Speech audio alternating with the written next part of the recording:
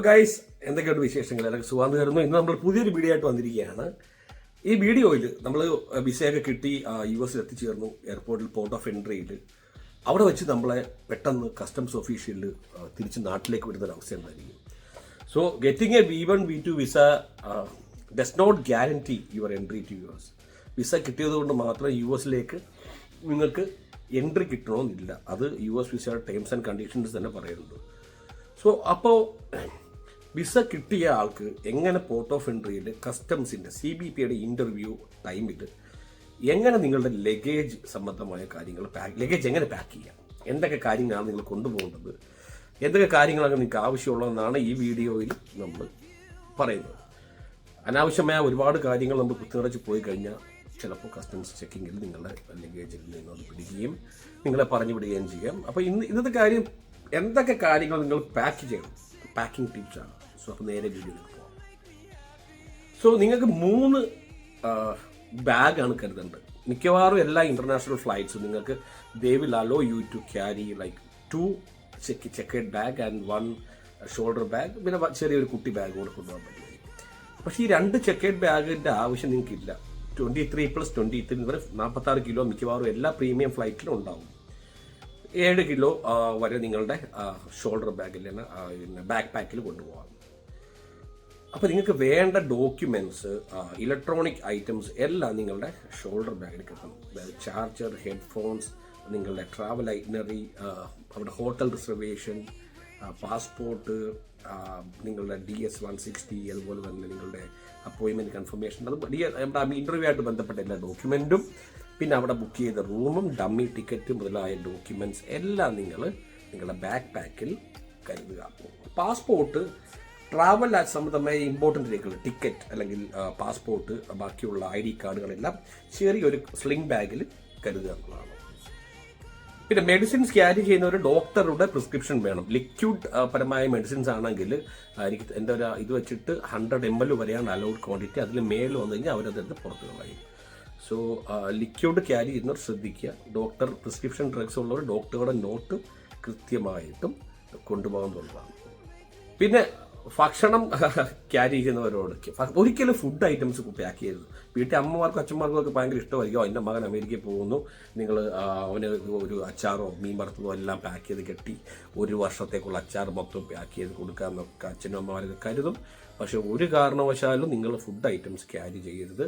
അതുമാത്രമല്ല, ഒരു പരിധിയിൽ കഴിഞ്ഞുള്ള കോസ്റ്റ്യൂംസും കരുതരുത്. US ട്രാവൽ ചെയ്യുന്നവർക്ക് ഏറ്റവും അത്യാവശ്യമായിട്ട് വേണ്ടത് എന്ന് പറയുമ്പോഴത്തേക്ക് വിൻ്റർ വിയറാണ്. മിക്കവാറും എല്ലാ സ്റ്റേറ്റുകളിലും അത്യാവശ്യം നല്ല വിൻ്റർ ഉള്ളത് കൊണ്ട് തന്നെ വിൻ്ററിലൊക്കെ ആവശ്യമായുള്ള ജാക്കറ്റുകൾ, ഒരു -20 അല്ല -30 വരെ പോകുന്ന താങ്ങാൻ കപ്പാസിറ്റിയുള്ള ജാക്കറ്റുകൾ, ഗ്ലൗസുകൾ, വിൻ്റർ ബൂട്ട്സുകൾ, ഇതൊക്കെ നിങ്ങളുടെ ചെക്കേഡ് ബാഗിൽ കരുതാം.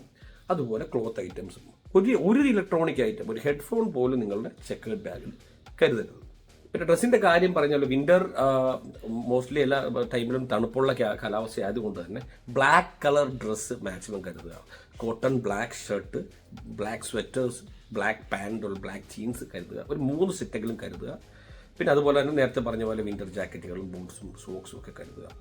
ഇന്നർ വിയർ, അതുപോലെ തന്നെ ഗ്ലൗസ്, സോക്സ്, അതെല്ലാം നമുക്ക് ഈ ചെക്കേഡ് ബാഗിൽ ഉൾക്കൊള്ളിക്കാൻ പറ്റും. സോ ക്ലോത്തിങ്ങിനും ആക്സസറീസിനും വേണ്ടി മാത്രം നിങ്ങളുടെ ചെക്കേഡ് ബാഗ് ഉപയോഗിക്കുക. അതിൽ മെറ്റൽ ഐറ്റംസ് ഒന്നും കരുതാതിരിക്കുക.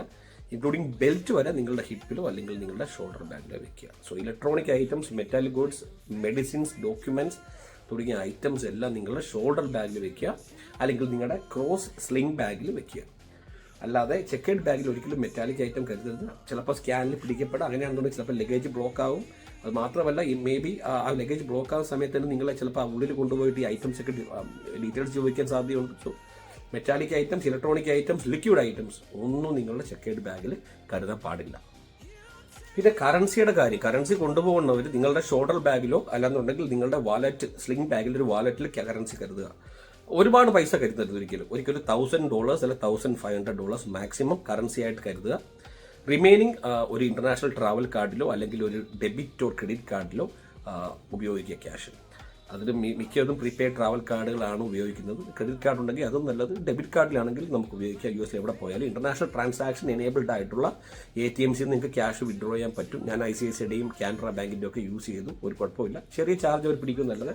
ബട്ട് അതിലും ബെറ്റർ എപ്പോഴും ട്രാവൽ കാർഡുകളാണ്. അതാകുമ്പോൾ ചാർജ് ഇല്ല. ICICIയിലൊക്കെ ഓൺലൈനിൽ നമുക്ക് ട്രാവൽ കാർഡിന് വേണ്ടിയിട്ട് അപ്ലൈ ചെയ്യാം. പിന്നെ കറൻസി കരുതുമ്പോഴത്തേക്ക് മൊത്തം ക്യാഷ്, ഒരിക്കലും ബൾക്ക് എമൗണ്ട് ക്യാഷായിട്ട് കരുതരുത്, അത് സസ്പീഷൻ ഉണ്ടാക്കും. എപ്പോഴും ഒരു മിനിമം $1,000 മുതൽ $1,500 വരെ മാത്രം ക്യാഷായിട്ട് കരുതുക എന്നുള്ളതാണ്. പിന്നെ എപ്പോഴും ഒരു ചെറിയൊരു നോട്ട് പാഡ് നിങ്ങളുടെ സ്ലിംഗ് ബാഗിൽ കരുതുക. ആ സ്ലിംഗ് പാഡിൽ എമർജൻസി കോൺടാക്ട് ഡീറ്റെയിൽസ്, US നിങ്ങൾക്ക് ആരെങ്കിലും കോൺടാക്ട് ഉണ്ടെങ്കിൽ അവരുടെ എമർജൻസി കോൺടാക്ട് ഡീറ്റെയിൽസ്, നിങ്ങൾക്ക് ആ എയർപോർട്ടിൽ എത്തിക്കഴിഞ്ഞ് വിളിക്കേണ്ടവരുടെ നമ്പറുകൾ, കാര്യങ്ങളൊക്കെ നിങ്ങൾ കരുതുക. അത് മാത്രമല്ല, അവിടെ ചെന്നിട്ട് നിങ്ങൾക്ക് കോൺടാക്ട് ചെയ്യാൻ താല്പര്യമുള്ള അല്ലെങ്കിൽ നിങ്ങൾ പോകുന്ന ലൊക്കേഷൻ, അഡ്രസ്സ്, ബാക്കിയുള്ളതെല്ലാം ഒരു നോട്ട് പാഡിൽ എപ്പോഴും നോട്ട് ചെയ്യുക. ഫോൺ ഓഫ് ആകുകയോ ചാർജ് തീരുകയോ ചെയ്ത് കഴിഞ്ഞാൽ നിങ്ങൾക്കത് വളരെയധികം ഉപകാരപ്പെടും. പിന്നെ മൊബൈൽ ഫോൺസ് എന്ന് പറയുമ്പോൾ നിങ്ങളുടെ മൊബൈൽ ഫോൺ എപ്പോഴും ക്ലിയർ ആകുക. നിങ്ങളുടെ അൺവാണ്ടഡ് കമ്മ്യൂണിക്കേഷൻസ്, പ്രൈവറ്റ് കമ്മ്യൂണിക്കേഷൻസ് ഒക്കെ ഡിലീറ്റ് ചെയ്യുക. വാട്സപ്പ് ചാറ്റുകൾ, ഹിസ്റ്ററി, ഡോക്യുമെന്റ്സ്, ഗാലറിയിലുള്ള അൺവാണ്ടഡ് ഫോട്ടോസ്, പൊളിറ്റിക്കൽ അജണ്ട ചെയ്യുന്ന കാര്യങ്ങൾ, പൊളിറ്റിക്കൽ ഒപ്പീനിയൻസ്, നിങ്ങളുടെ ഫേസ്ബുക്ക്, ഇൻസ്റ്റഗ്രാം ഒക്കെ അതിനകത്ത് കോൺട്രവേഴ്സിയലായ ടോപ്പിക് ഉണ്ടെങ്കിൽ അതൊക്കെ ഹൈഡ് ചെയ്യുക അല്ലെങ്കിൽ ഡിലീറ്റ് ചെയ്ത് വിടുക. അതൊന്നും, കാരണം ഇവർ ഫോണോ ലാപ്ടോപ്പോ ഒക്കെ ചെക്ക് ചെയ്യാനുള്ള കാരണമുണ്ട്. സോ നിങ്ങളുടെ ഡിജിറ്റൽ മീഡിയ എന്ത് തന്നെ ആയാലും, പെൻഡ്രൈവോ അല്ലെങ്കിൽ ലാപ്ടോപ്പോ, പിന്നെ എക്സ്റ്റേണൽ ഹാർഡ് ഡ്രൈവോ അല്ലെങ്കിൽ നിങ്ങളുടെ mobile phone, smart phone, social media അക്കൗണ്ട്സിലെല്ലാം അൺവാണ്ടഡ് തിങ്സ്, നിങ്ങളുടെ unwanted opinions, unwanted political controversies, unwanted social opinions ഒക്കെ നിങ്ങൾ മാക്സിമം ഹൈഡ് ചെയ്യുക അല്ലെങ്കിൽ അത് ഡിലീറ്റ് ചെയ്തേക്കുക ആവശ്യമില്ലെന്നുണ്ടെങ്കിൽ. പിന്നെ ലാംഗ്വേജ് ബാരിയർ ഒരു വലിയ കാര്യമാണ്. ഇംഗ്ലീഷ് നിങ്ങൾക്ക് അറിയാമെങ്കിൽ പോലും US സർവൈവ് ചെയ്യണമെങ്കിൽ ലിറ്റിൽ ബിറ്റ് ഓഫ് സ്പാനിഷ് നിങ്ങൾക്ക് അത്യാവശ്യമായിട്ട് വരും. കാരണം ഒരു നല്ലൊരു പെർസെൻറ്റേജ് ആൾക്കാരെല്ലാം മെക്സിക്കൻസ് ആയതുകൊണ്ട് തന്നെ അവരുടെ ഇംഗ്ലീഷ് വളരെ വീക്കായിരിക്കും. സോ ഒരു ലാംഗ്വേജ് ട്രാൻസ്ലേറ്റർ, അപ്പോൾ ഒരു ഗൂഗിൾ ട്രാൻസ്ലേറ്റോ അല്ലെങ്കിൽ വേറെ ഏതെങ്കിലും ഡുവോലിംഗോ അങ്ങനെയുള്ള ട്രാൻസ്ലേഷൻ ആപ്പ് ഉപയോഗിച്ചിട്ട് അവരുടെ വോയിസ് നമുക്ക് ട്രാൻസ്ലേറ്റ് ചെയ്ത് യൂസ് ചെയ്യാവുന്നതാണ്. സാംസങ് പോലുള്ള അല്ലെങ്കിൽ ഐഫോണിലൊക്കെ അത് ട്രാൻസ്ലേറ്റർ ഓട്ടോമാറ്റിക്കായിട്ട് തന്നെ അതിൽ ഇൻ്റർപ്രറ്റർ എന്ന് പറഞ്ഞ ആപ്പ് ഉണ്ടാവും. സോ അത് ഓൺ ചെയ്ത് കഴിഞ്ഞാൽ തന്നെ നമുക്ക് കാര്യങ്ങൾ ഒരു പറയുന്നതൊക്കെ മനസ്സിലാക്കാൻ പറ്റും. അപ്പോൾ ഇത്രയൊക്കെയാണ് എന്തൊക്കെയാണ് പാക്ക് ചെയ്യണമെന്നുള്ളതിനെക്കുറിച്ചൊന്ന് പറയാനുള്ളത്. പക്ഷേ ഇങ്ങനെ സ്ട്രെസ് ഫ്രീ ആയിട്ട് ട്രാവൽ ചെയ്യണമെങ്കിൽ ഇത് മാത്രം പോരെ. ഞാൻ പറഞ്ഞതിൽ എന്തെങ്കിലും മിസ് ചെയ്തിട്ടുണ്ടെങ്കിൽ, നിങ്ങൾ ട്രാവൽ ചെയ്ത ആൾക്കാരാണെന്നുണ്ടെങ്കിൽ നിങ്ങൾ എന്തൊക്കെയാണ് പാക്ക് ചെയ്യുന്നത്, എന്തൊക്കെയാണ് നിങ്ങൾക്ക് ഒരു ഈസി ആയിട്ടുള്ള ഇമിഗ്രേഷൻ പോസിബിൾ ആകാൻ കാരണമായിട്ടുള്ള പാക്കിംഗ് ടിപ്സ് എല്ലാം കമൻറ്റിൽ ഒന്ന് രേഖപ്പെടുത്തണം. കാരണം ഒരുപാട് പേർക്ക് അത് ഉപകാരം ചെയ്യും. അപ്പോൾ വീഡിയോ കണ്ടത് വളരെയധികം നന്ദി. ഇതുവരെയുള്ള സപ്പോർട്ടിന് വളരെയധികം നന്ദി. തുടർന്നും അടുത്തൊരു വീഡിയോ ആയിട്ട് ഞാൻ വരും. അപ്പോൾ all the very best guys.